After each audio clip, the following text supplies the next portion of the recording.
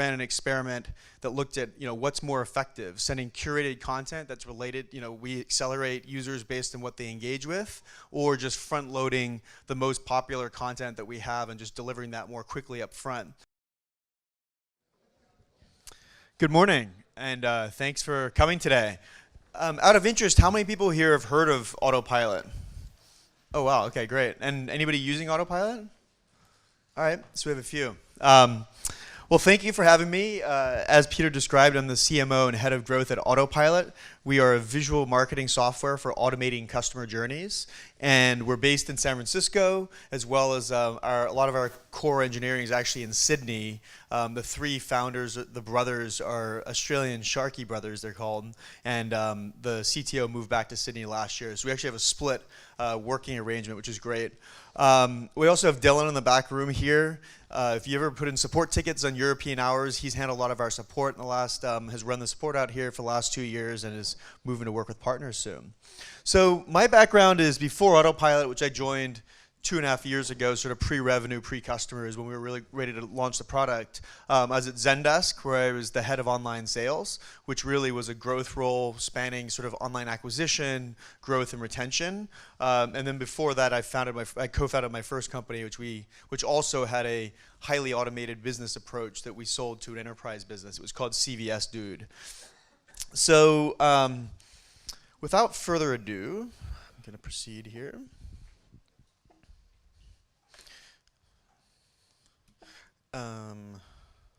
There we go.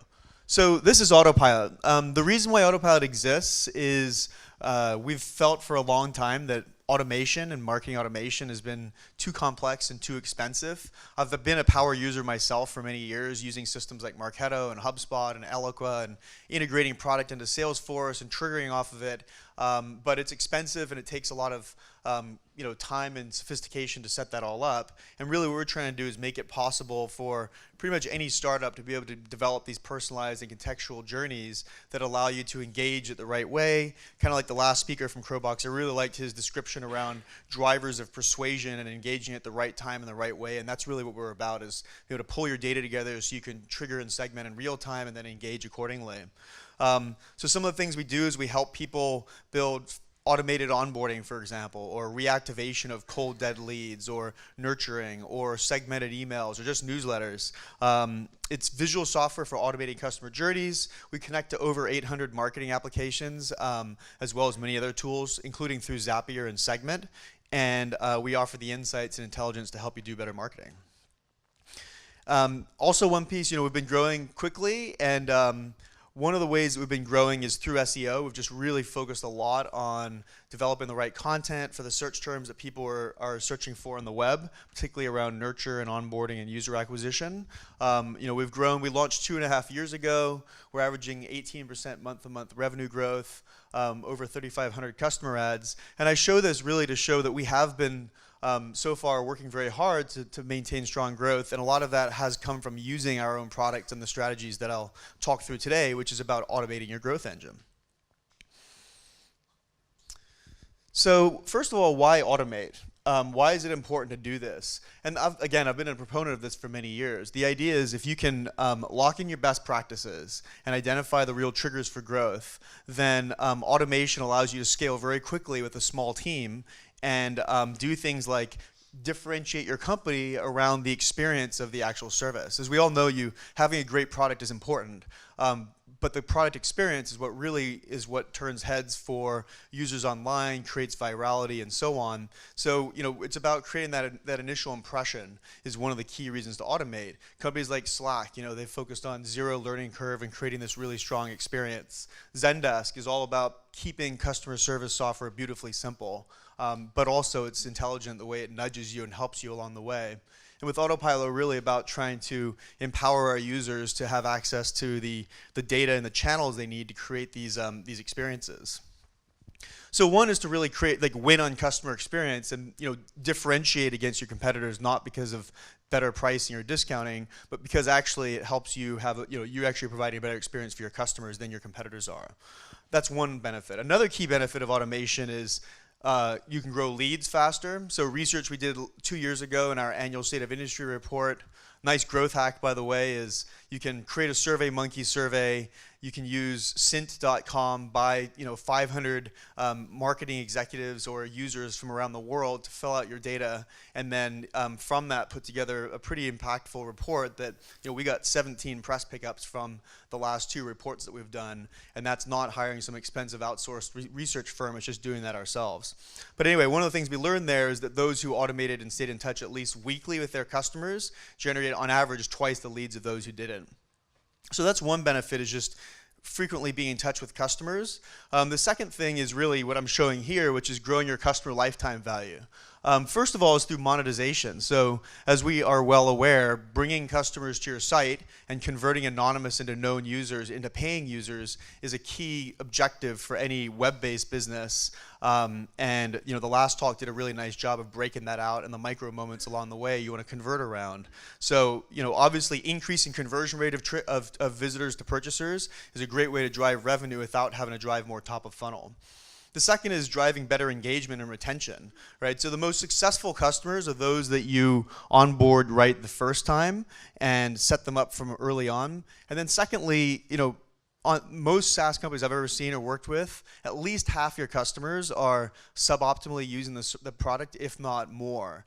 And so one of the things you can do if you start to pull a lot of your activities and usage into your platform is start to nudge users to take the right steps. Are they trying to do this? Then maybe they should try this. Congratulations on connecting your CRM. Now read this article on how to get the best practices. And the third, of course, is virality. So, net promoters, those who like you, they drive greater word of mouth, and they drive more referrals, and they tend to buy again and stay around longer. So, similar to having an expensive or a nice entranceway in an expensive hotel, if you can create this experience that people are going to talk about and tweet about, then it's a tremendous way actually directly to carry through to better lifetime value. So let's talk about 6 steps to automating your growth engine. First of all is build a great stack. And this can start very, very simply, and then you evolve it over time. Second is map the customer journey yourself. How do your customers engage with your service or product through their life cycle? Third is automate all the sources of leads that you actually have out there, whether it's form downloads, signups, and so on. Fourth is create personalized experiences around key moments through your customer life cycle. Fifth is get a quick win. So you don't have to boil the ocean all at once. Usually you want to prioritize and say, what's the number one most important thing right now? And then 6 is track, optimize, and grow. So first of all, your stack. We live in a time that really there's never been a better time to be in growth or in marketing. There's more, as we're all aware, the MarTech landscape is exploding right now. There are thousands of apps that are available. So it's important to try out and dabble and be using all the latest technology. At the same time, be pragmatic and thoughtful about where you put your time. Really, you need to be thinking about what's your stack and how is it going to ultimately enable you to achieve the outcomes that you have, which are to enable, onboard, and retain customers. So, I sort of think about it, and we've thought through our stack fairly closely. You really need content and conversion rate optimization. So we use Instapage, Optimizely, and WordPress across all of our different properties, whether it's from ads or content downloads, our site, and so on.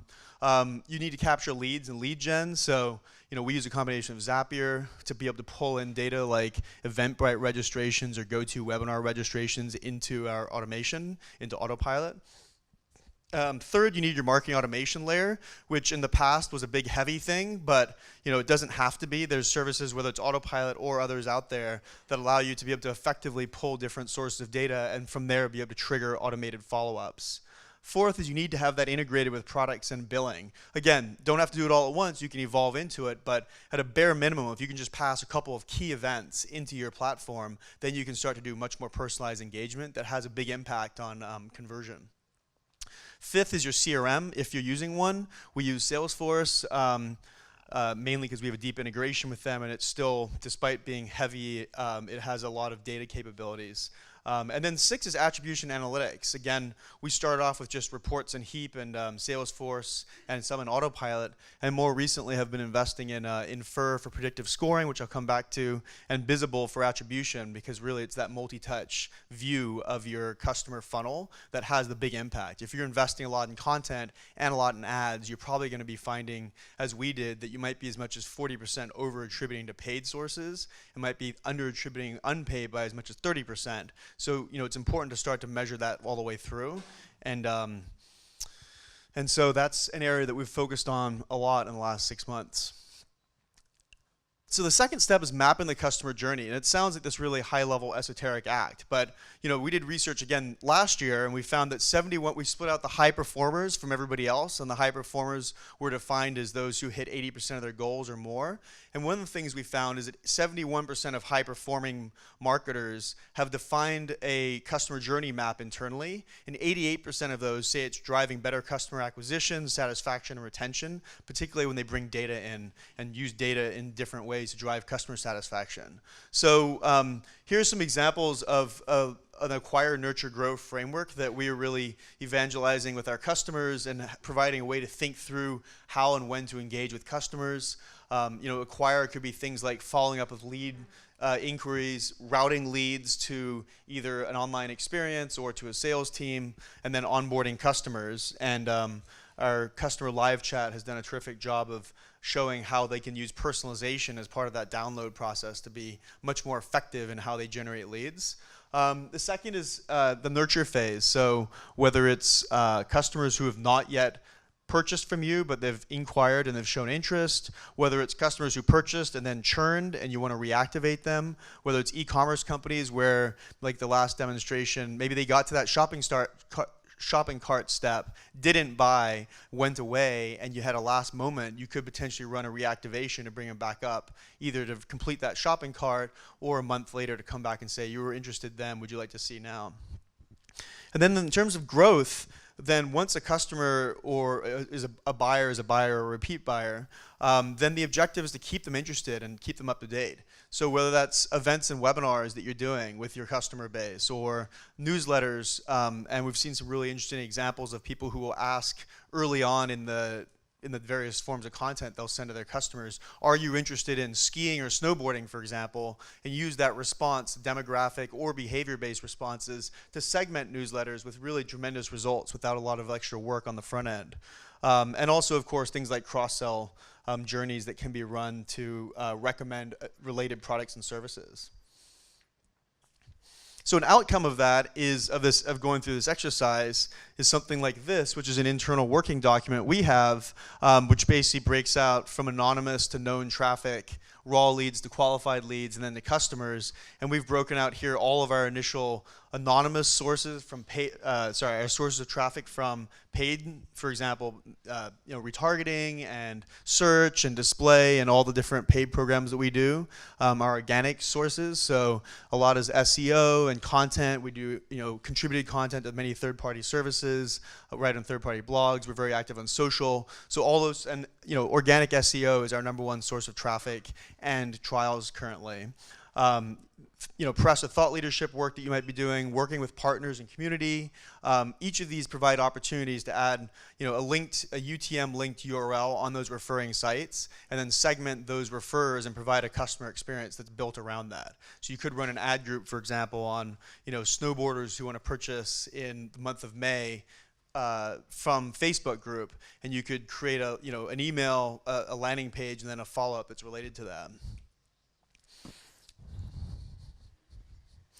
So the third, an example of what I just showed, and all those other boxes on there, I should say, is a combination of how we convert them from known leads into paying customers, and then areas of opportunity for us to prioritize new avenues for growth. So it might be reactivating unpurchased leads, or it might be recovering churn customers. It provides a real framework to be able to prioritize growth. An example here is our lifecycle nurture. So, for example, at Autopilot, if you were to go to one of our properties or read some content online, and then you provide your emails, you can download an ebook or read one of our blog posts and subscribe, you'll be entered into a lifecycle nurture journey. And we ran an experiment that looked at what's more effective, sending curated content that's related. We accelerate users based on what they engage with, or just front-loading the most popular content that we have and just delivering that more quickly up front. And we found that a curated approach is more effective, and it's just one experiment we've run in the last year or so. But a net is that we get 3x higher conversion rates of trials who come to us and purchase from nurture versus net new at about 1.5 higher ASP, and that's generated 70K of ARR for us in the last of annualized recurring revenue in the last year or so. So this is an example of an initiative we prioritized, and now we've got it set. It's a lot easier to generate 20% new leads by nurturing the already large database you've built than having to drive 20% top of funnel.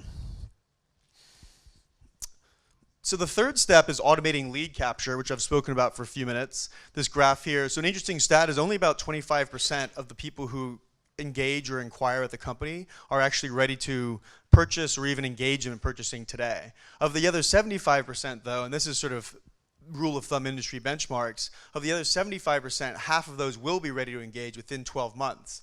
So you need to have a framework in place, or else literally it's like you're filling the bathtub and the drain is open at all times to be able to nurture them and reactivate them and bring them back. So at a high level, when we think of our funnel, we think organic, paid, and then reactivated, driving them to an evaluation and a purchase and a customer. And obviously this is for the inbound online portion of our business, which is in our case very much, and many times is a small portion of businesses, and there's other approaches for like outbound, for example. But this is basically, the idea is build up a machine so you're continually recycling them, capture leads with lead magnets, whether it's these, we have something called Heads Up, but there's different services for pop-ups that are non-intrusive that allow you to ask, what brings you to Autopilot, or would you like to subscribe to our blog if you for related content, or whether it's forms, sign up for a free trial, capture, download this ebook.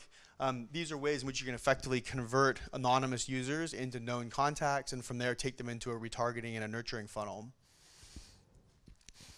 The second thing, once you've captured leads, is to put in place a qualification framework so that you can identify those that are ready to engage or are interested and qualified versus those that you should continue nurturing. So initially we did that just through a combination of just asking questions on all of our forms, how many contacts are in your database, as well as we'd overlay that against how active they are with our systems. Like, are they clicking emails and visiting pages? More recently, we've implemented predictive scoring with Infer.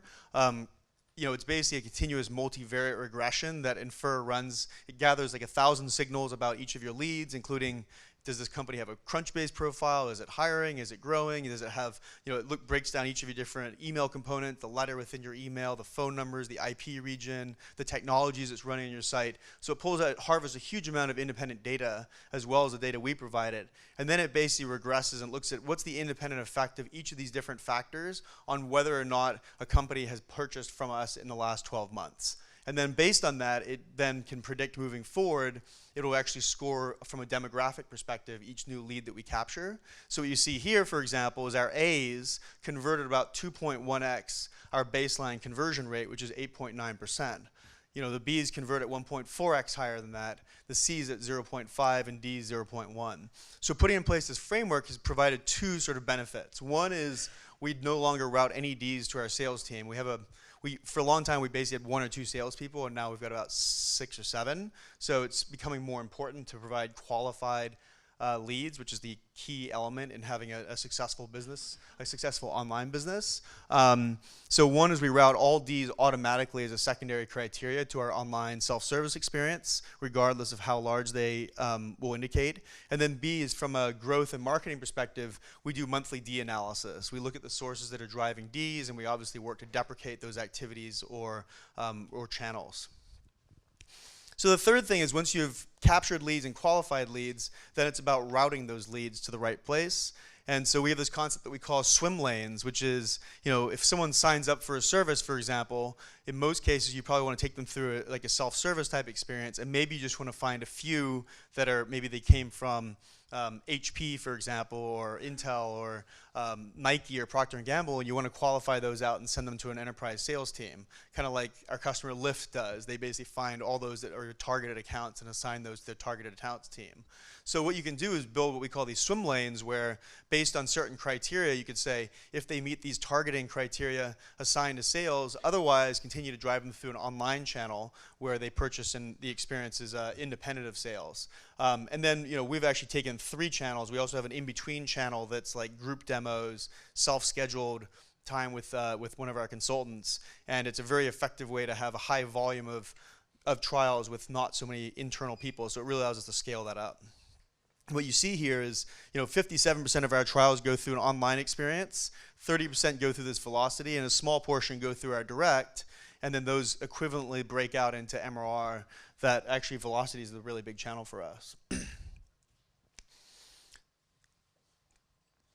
So now that we've captured leads, the next thing is to create these personalized key moments, right? So again, our research shows 72% of consumers are turned off by generic marketing. There's many different stats you can see out there like this. But the key thing here is understanding who your buyers are, obviously, having a really good understanding what their needs are, what their decisions are they need to make along the way, and what are the touch points they'll best respond to, and on what channel. Is it in-app if it's a product manager? Is it an email that's HTML-based if it's a brand marketer? Is it a text-based email if it's a growth leader?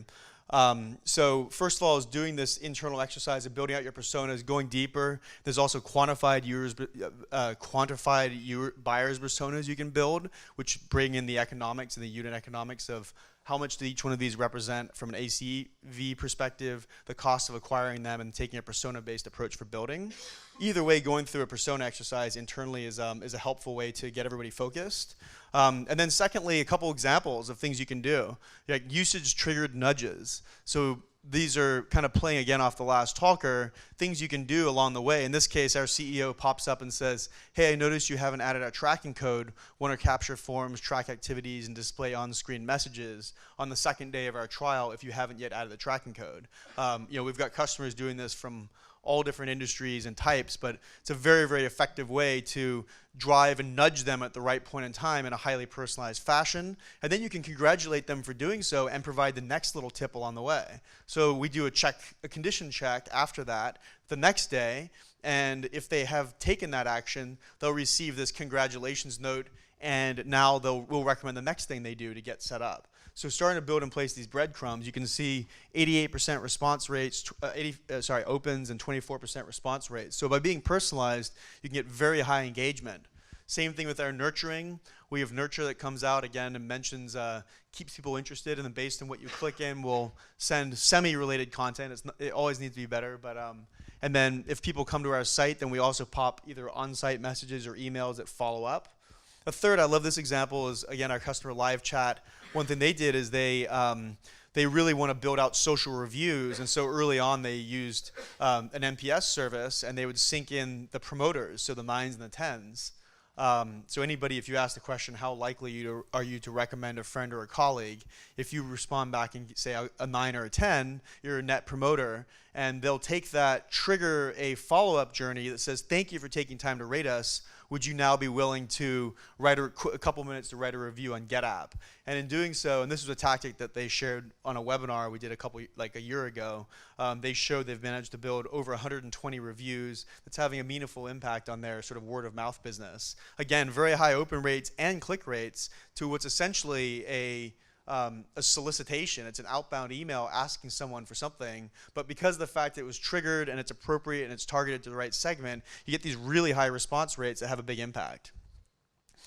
I mentioned earlier that if you, in the example of skiers versus snowboarders, you want to make sure you're sending the right, ski information to the skiers. One thing that we've learned from customers and seen people doing is using what we call these data enrichment emails. So embedding with your onboarding or with your nurture, just a simple question, we don't want to send you the wrong information. What are you interested in? And then, with Autopilot, you can grab the, based on the UTMs attached to each of those links, you can segment users based on their interests and their preferences, and then deliver content that follows up with that. Or just do as simple as personalizing your next newsletter to speak differently to those two segments. So how am I doing for time here? Got 5 more minutes? Okay, 2 more minutes, okay. I'm going to just real quick, so it's not completely abstract here. I'll show you for 2 seconds what this actually looks like, in case you're interested. And then I will wrap up. So this is the Autopilot journey canvas. This is where you actually build, where the magic happens. And oh, thanks. And this is where you build the automated journeys we're talking about. So we have what's called triggers, actions, and conditions. Triggers are what will initiate or start a journey. Actions are the events we can take. So send an email, add a delay step, add to a list. And then conditions are ways to create branches in the road. So just to keep this really simple, I'm just going to go to our homepage right here, our website. We have a tracking code running here. I'm going to grab this URL. And I just want anybody who registers to or who subscribes to stay in touch with us, we want to quickly add them into a follow-up. So I can just go in here, and this is a demo account, so I'm not running the live tracking code, but there we go, register for nurture. So I've just pasted the URL from that page, and Autopilot scans and detects fields from many landing page builders like Instapage or Unbounce, from WordPress and so on. As long as you're running your tracking code on that page, you can capture forms. So you can see here we just detected one field. This is just a straight HTML site, nothing unusual about it. That was the name of the field. We're going to capture this and map this to an Autopilot field. If there were 5 fields like first name, last name, email, your interest, and so on, obviously you could capture a lot more there. But with that, we've just simply captured a form right off our live site. And then, a typical best practice is we'll add this to a list, and we'll call this registrants. So I'm going to create a quick new list here. This allows me to run analytics off them later, as well as to potentially trigger them and nurture them. I'm going to add a real quick delay here so I don't bombard this person. I can say I want to only contact you during business hours, and I'm going to wait for 5 minutes, for example. So we'll just go ahead and say 5 minutes here. And now when someone fills out that form, we are going to wait for 5 minutes, add them to a list. Why don't we go ahead and send a Slack notification as well? And that's going to say to our general channel, and we'll put in there first name. This is going to be called sign up. General first name from, and we'll add in here company. And these are very easy fields. You just map in from whichever. You either can update fields directly or map them from CRM or from your site. First name from company, registered. So this can go to the entire team, so everyone can be celebrating that. And then we'll go ahead and shoot that notification. And then from there, I want to send the first actual email. So I'm going to send a new email. I'll just quickly run from a template here. This is a welcome. And we're going to go ahead and say to you, welcome to our service, and it's great to speak to you. So what we do is typically we'll actually do, when you kick off a nurture, one thing we've seen well in a best practice is to have a personal introduction, thanking someone for becoming part of your system. And again, if you're developing content that's solving their problems, it becomes quite valuable. So thanks for registering. Okay, first name. All right, good. There we go. And so with that, we've created a very quick and simple messaging journey. You can throw in some conditions like check the email status. If they clicked it, then if they've replied or have not opened or have clicked or not clicked, you can branch off now into different follow-ups and so on. So this is a very simple version here, but this can get extremely built out over time as you start to weave together a different experience.